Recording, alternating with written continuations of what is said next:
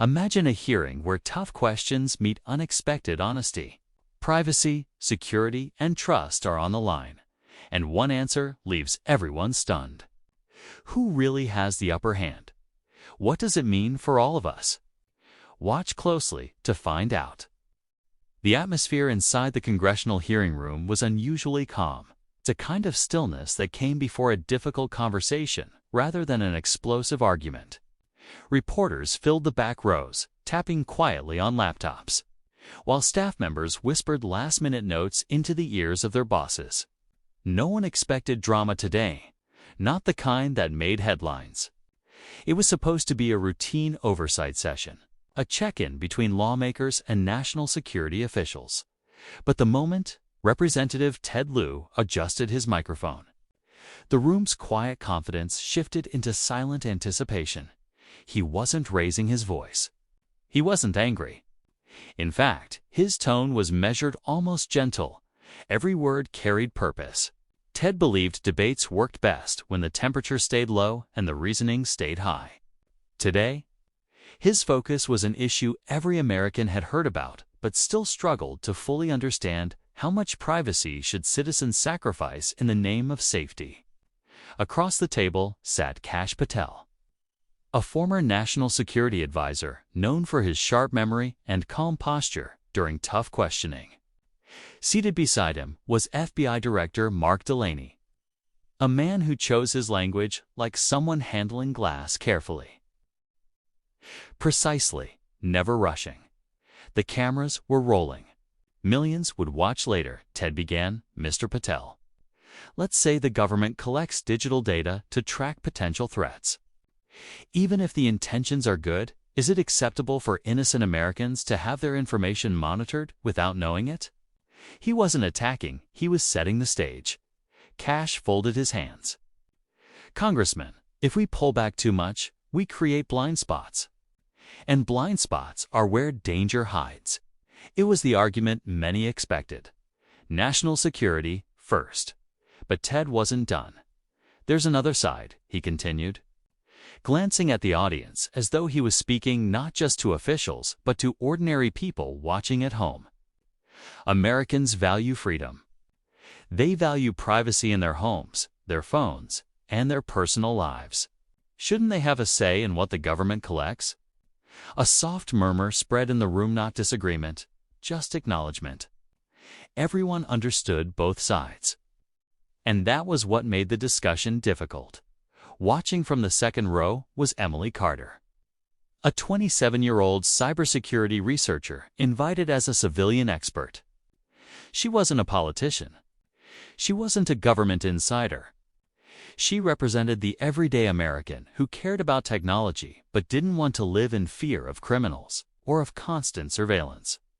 Emily's palms were sweating slightly. She knew she would speak later, and she worried about sounding too idealistic. Ted turned back to Kash. You argue we need wide access to prevent threats, he said. But what stops that access from expanding quietly over time? Programs start small, then grow. Who protects the line? Kash didn't flinch. The line is protected by oversight, he replied, meaning by people like you. If the government sees everything, that is dangerous. If the government sees nothing, that is also dangerous. We have to live in the tension between those extremes. It was a surprisingly calm response, not defensive, not evasive. But Ted had been waiting for a specific moment. He lifted a folder and asked, so if a program collects data on Americans who aren't suspected of wrongdoing, would you classify that as a necessary precaution or a violation of trust? The room tensed. Even Kash hesitated, not because he lacked an answer, but because any answer would carry weight before he could respond. FBI Director Mark Delaney gently leaned toward his microphone. Congressman, he said, voice steady, before we label something necessary or dangerous, we need honesty about one reality. We already live in a world where private companies collect more data than the government ever could. The entire room went still, not shocked, but struck by the simplicity of the truth. Mark continued. People are outraged when the government requests information for safety. But they freely give the same information to apps, stores, and social platforms in exchange for convenience. If we're going to debate privacy, we can't pretend the problem begins or ends with national security. Ted slowly sat back. No one expected that angle, not even Kash. It wasn't defensive. It wasn't provocative. It was a mirror. A soft, thoughtful silence hung over the room.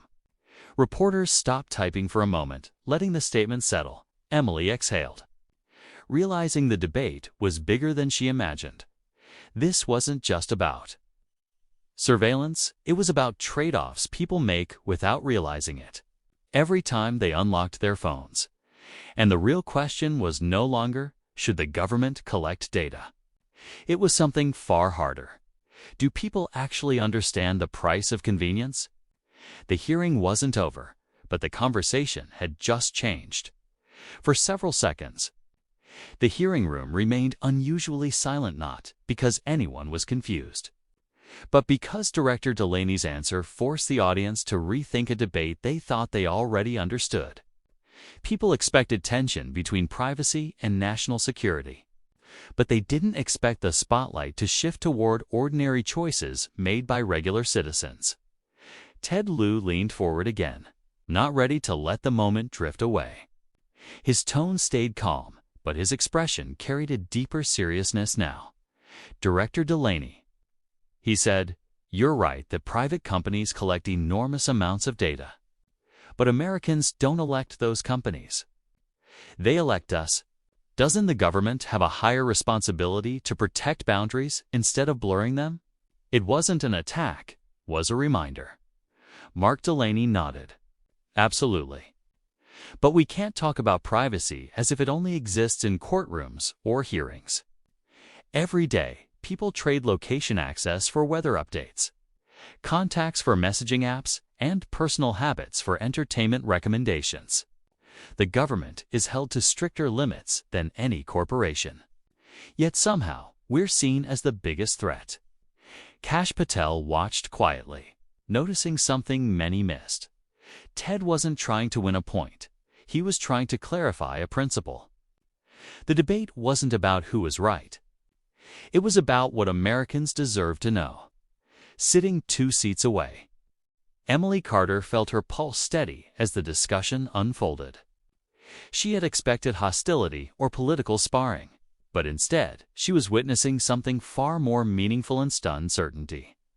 It reminded her of late-night conversations with her older brother, Daniel, a firefighter who believed safety required tough compromises. Daniel's view was simple. Giving up a little privacy saves innocent lives, isn't it worth it? Emily admired him, but she didn't agree completely. To her, privacy wasn't just about secrets, it was about dignity, autonomy, and the right to live without being watched. Ted shifted the focus again. Let's consider a real-world example, he said. After a crisis, the public often demands stronger security. But when the threat disappears, people want their freedoms back. Should rights expand and contract based on fear? His words hovered in the air. Nobody answered immediately. Finally, Kash Patel spoke, not with a rehearsed argument, but with something almost reflective. Congressman, fear shouldn't reshape rights. But reality does. Technology has changed faster than laws. We're using rules written decades ago to solve problems that didn't exist back then. If we don't update them, we fail on both safety and privacy. Reporters resumed typing. This was the kind of statement that would echo beyond the hearing. Emily felt a sudden shift inside herself. For the first time, she understood why this conversation felt so uncomfortable. Because both sides were right in different ways. Ted addressed her directly. Ms. Carter, as someone who studies cybersecurity, what worries you more, government overreach or the public's willingness to surrender privacy without thinking? Emily swallowed. This was her moment. Honestly, Congressman, she began, steadying her voice. The biggest danger is that people don't realize how much information they're already giving away. We fear surveillance from institutions, but ignore surveillance we participate in voluntarily. If privacy disappears, it won't be because someone stole it, it will be because we traded it for convenience. A quiet ripple of agreement spread through the audience, not loud, just thoughtful. Ted nodded. So you're suggesting the threat is cultural, not just political? Yes, Emily replied. If society treats privacy like something optional, laws won't save it. Kash leaned slightly forward. But Ms. Carter, imagine a scenario where the government steps back completely. What happens when a real threat hides behind the same privacy we're protecting? How do we respond after the damage is done? Emily hesitated not because she lacked conviction, but because she understood the weight of his question. There were no perfect answers. Ted observed the exchange closely. This was exactly the tension he wanted the public to hear, not outrage, not scandal, but uncertainty rooted in responsibility. Then something unexpected happened. Representative Paul Gregory, known for rarely speaking in hearings, switched on his microphone. With respect, he said quietly, maybe the issue isn't privacy versus safety. Maybe it's trust. People don't fear what the government can do, they fear what the government might do one day.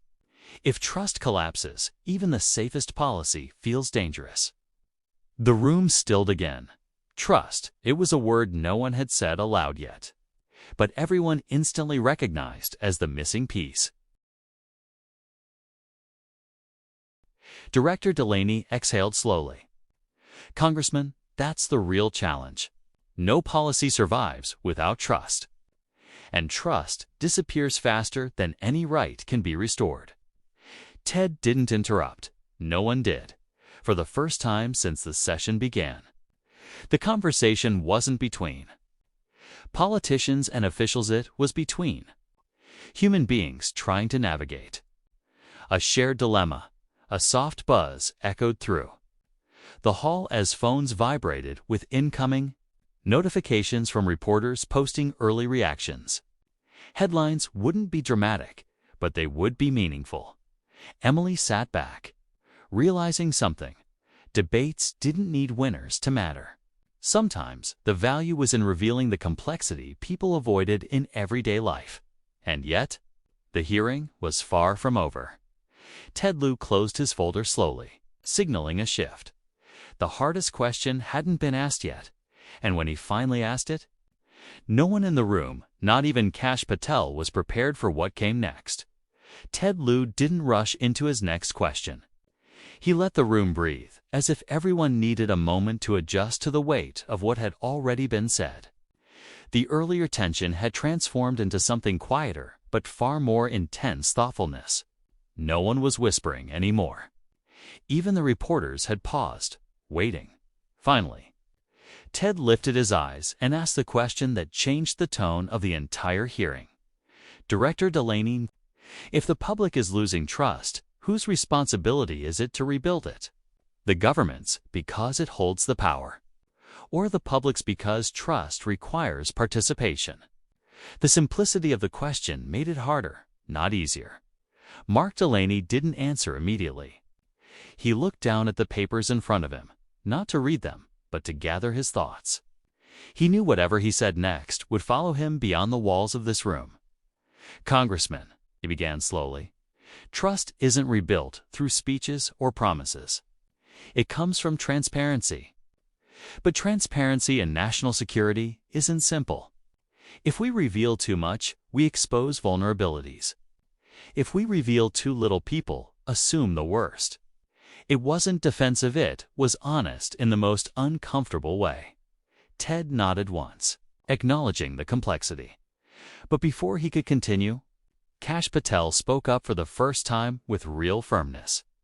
There's another side we haven't addressed, he said. Americans expect absolute safety and absolute privacy at the same time. But those expectations conflict. No system can deliver both perfectly. The statement wasn't meant to provoke, but it landed like a challenge. Emily Carter felt her chest tighten, not out of disagreement, but because she finally understood the emotional core of the debate. People weren't afraid of data collection itself, they were afraid of losing control. Her mind drifted to a memory she rarely talked about.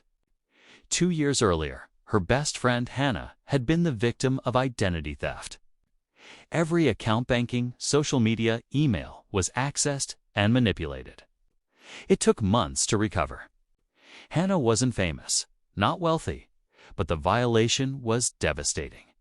Emily remembered her crying on the floor, saying, "I feel like someone broke into my life and rearranged it without my permission." That sentence shaped Emily's belief that privacy wasn't about secrecy, was about ownership. Ted noticed Emily's distant expression and invited her back into the conversation. "Ms. Carter, earlier you said society treats privacy like something optional. What do you believe the government can do differently without compromising national safety?" Emily inhaled slowly.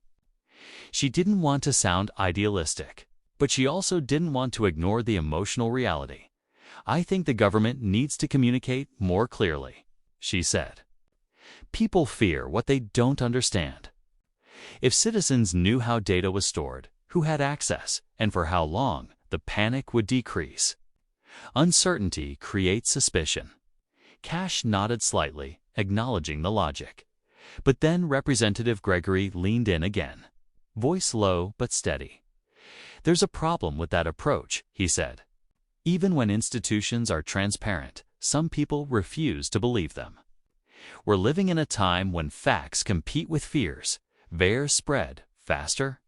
It was a sobering truth. Silence settled once more, not heavy, just reflective. Then Ted introduced a hypothetical scenario. "Let's imagine a situation," he said. "A credible threat is detected online, but privacy restrictions prevent agencies from accessing a key communication in time. If lives are lost because we protected privacy too strictly, who carries that responsibility?" The question echoed through the room. Kash responded with unusual restraint. "That's the nightmare scenario, Congressman. And yes, sometimes we face obstacles that delay action. But if we remove all restrictions, we risk creating a future no democracy can survive. The challenge isn't choosing one value over the other. It's refusing to abandon either." Emily found herself leaning forward, drawn into the complexity instead of overwhelmed by it. This wasn't a debate with villains and heroes, it was a debate with consequences on both sides. Ted shifted the conversation again, but this time in a direction no one expected. "What about accountability?" he asked.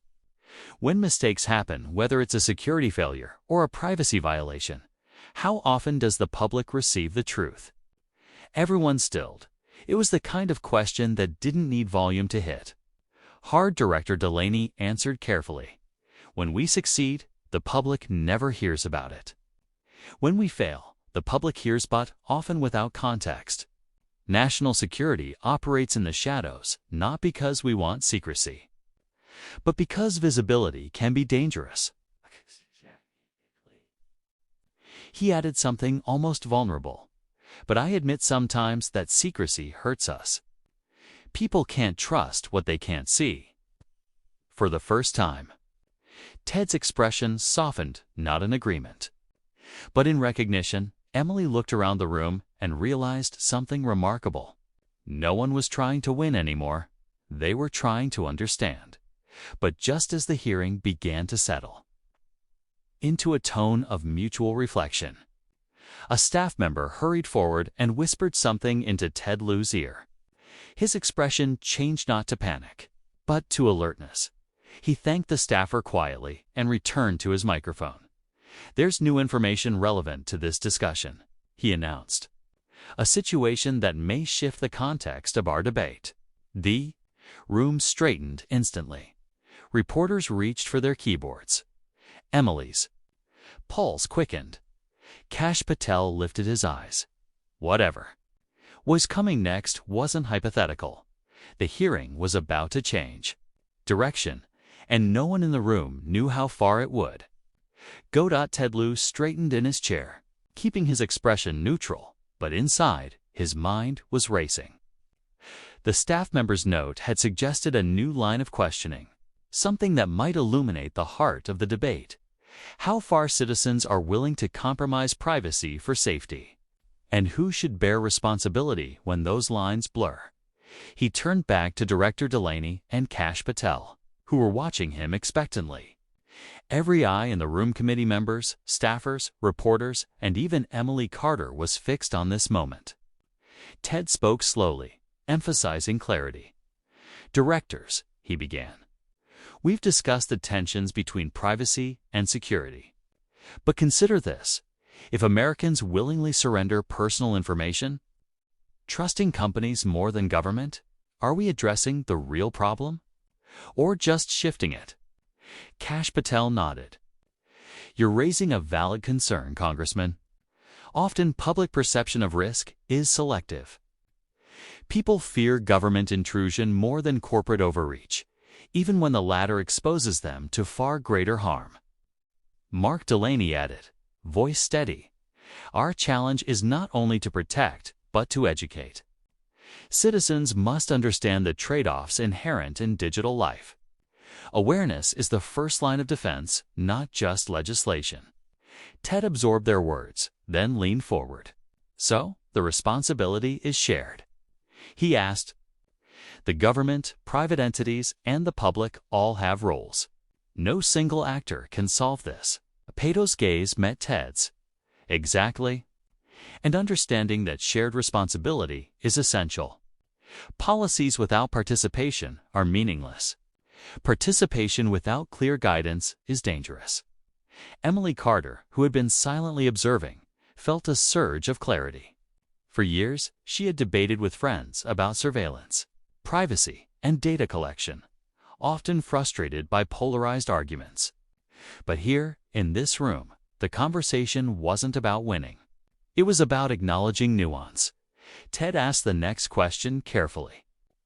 "Let's consider mistakes. If a privacy breach happens, or if a security threat slips through, how should accountability be structured? Who answers for the errors?" Delaney responded thoughtfully. "Mistakes must be met with transparency, evaluation, and reform. The public should be informed, but with context. Without context, truth can be twisted into fear or outrage." Kash Patel added, "And organizations must learn from each mistake. Oversight bodies, internal audits, and independent review boards exist for that purpose. But the public also has a responsibility to engage critically, not react purely emotionally." Ted nodded. "It's complex. People want safety, but they also want freedom. They want transparency, but they also want speed and security. How do we reconcile those contradictions?" Patel paused, then gave the one-word answer that would be remembered for its understated power: balance. The room absorbed the weight of that single word. Emily felt goosebumps. Balance wasn't a compromise. It was a strategy. It wasn't simple, but it was honest. Both sides could be right and wrong at the same time, depending on perspective and context. Ted allowed a brief silence to hang in the air. "Balance requires conversation," he said. "Education, engagement, and a willingness to see multiple sides. That's what hearings like this should accomplish."